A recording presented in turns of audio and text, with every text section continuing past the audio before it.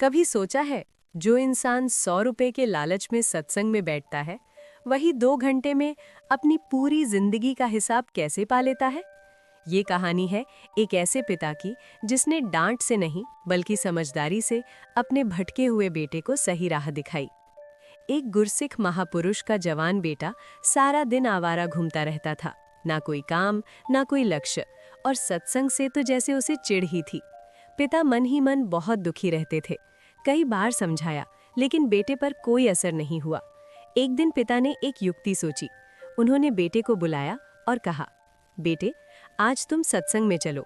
वहां तुम्हें कुछ नहीं करना है, बस चुपचाप बैठना है और सत्संग के बाद घर लौट आना है। इसके बदले मैं तुम्हें 100 रुपए दूंगा। बेटे ने सोचा, वाह, 2 घंटे बैठना है और 100 का नोट मिल जाएगा। उसने तुरंत हामी भर दी। बेटा सत्संग में गया, बैठा रहा और सत्संग समाप्त होते ही घर लौट आया। पिता ने उसे 100 रुपए दे दिए। एक हफ्ते बाद पिता ने फिर कहा, आज मैं तुम्हें 200 रुपए दूंगा, लेकिन इस बार तुम्हें पूरा सत्संग ध्यान से सुनना होगा।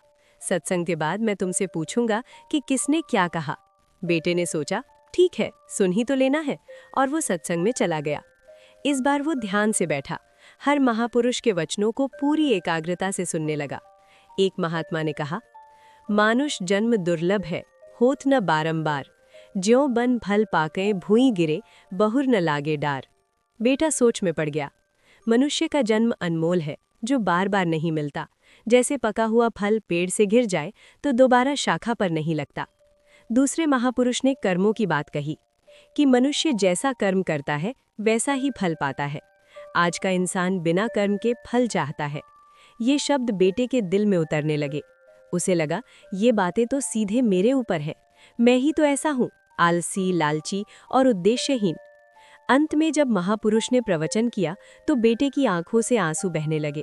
उसे अपनी जिंदगी याद आ गई, पिता का प्रेम, पिता की चिंता और अपना भटकाव। सत्संग समाप्त हुआ, सारी संगत बाहर चली गई।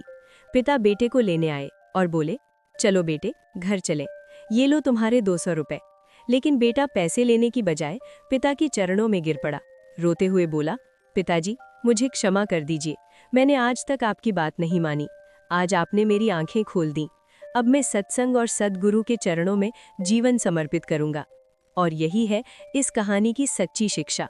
मनुष्य कितना भी भटका हुआ क्यों न हो, अगर वो एक बार भी सच्चे मन से सत्संग में बैठ जाए तो शब्द उसकी पूरी जिंदगी बदल सकते हैं।